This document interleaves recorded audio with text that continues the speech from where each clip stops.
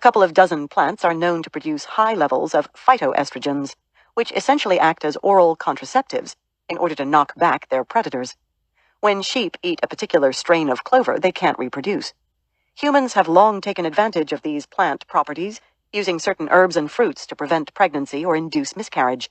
Hippocrates knew that the seed of Queen Anne's lace, when eaten, worked as a contraceptive and morning-after pill, as did an infusion of pennyroyal. Giant fennel, found by the Greeks in the 7th century BC, was so coveted for the contraceptive trade that it was harvested to extinction. All of this was far from the mind of Patricia Hunt in 1998, when she was working in her lab at Case Western Reserve University in Ohio. She is an experimental biologist with a fascination for aneuploidy, the chromosomal abnormalities that cause miscarriages or birth defects, like an extra copy of chromosome 21, which causes Down syndrome.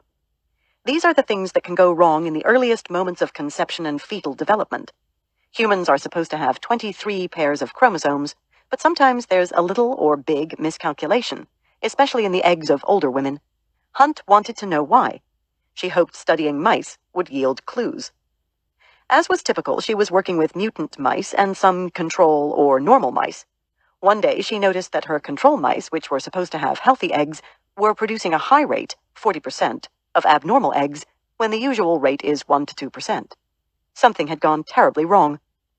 "We checked everything," she told me. "The air in the facility, were there pesticides coming in?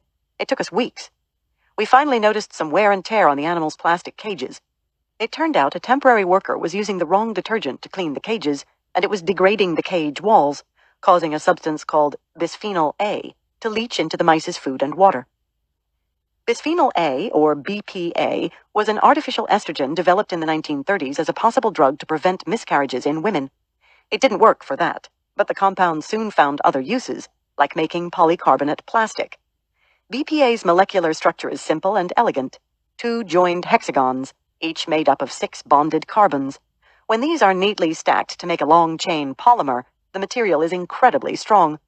You can drive over a polycarbonate water bottle and it won't break. It's also cheap, derived as a byproduct of refining petroleum.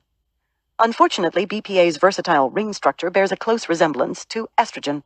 Now produced in mind-boggling quantities of 2 million pounds per year in the United States, for annual profits in excess of $6 billion, it's in everything from the lining of canned food to dental sealants, to consumer products like CDs, cell phones, and bike helmets, to the shiny paper receipts we get from the grocery store.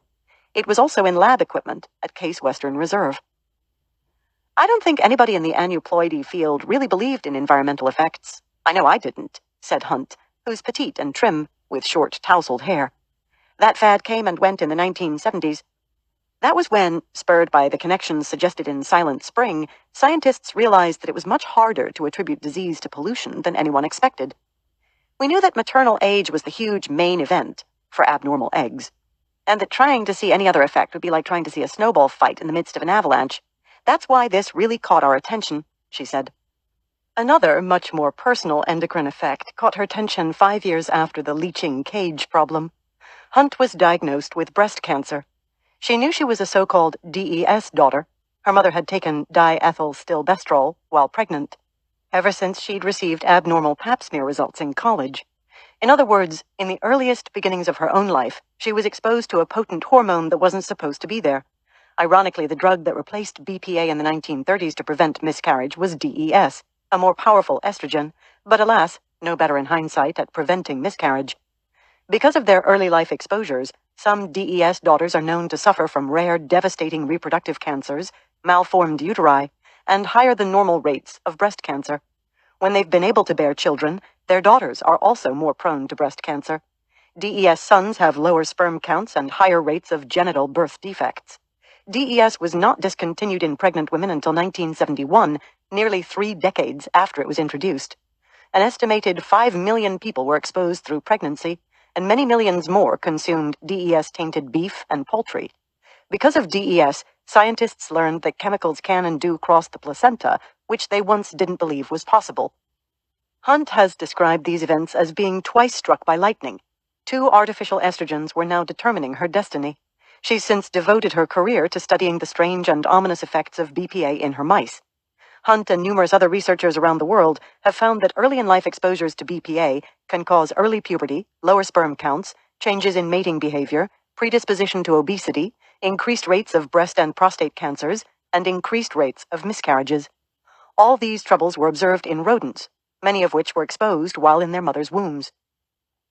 The long-term ability to reproduce is my focus, she explained from her immaculate lab, now housed in a spanking new building at Washington State University in Pullman. Her office is filled with chromosome art, prints and ceramics, showing the spindly worm-like forms of the substance that begins all life. Her husband's office down the hall sports a wooden lamp with a sperm-shaped pull cord. Hunt showed me the basement vivarium where her strains of mice live, the breeders, the studs, and the babies.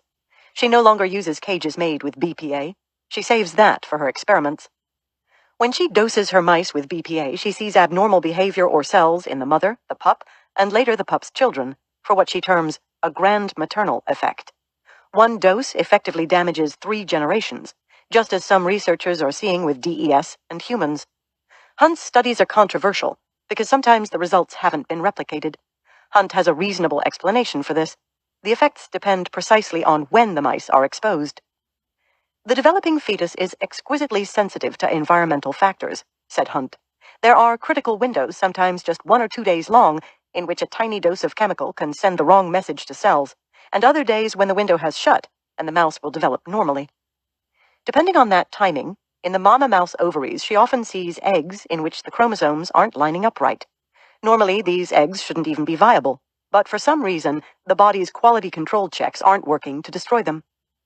We want to see the earliest possible defects, and here it is. Bam!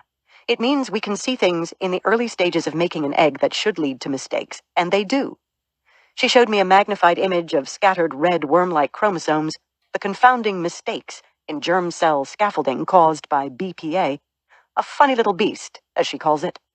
Pointing to the worm pattern, she noted, "The chromosomes are completely disorganized. I wouldn't want my eggs looking like that spaghetti." Looking at the images, I could almost feel my ovaries twisting up. But these were mouse eggs. Did her work have relevance for us?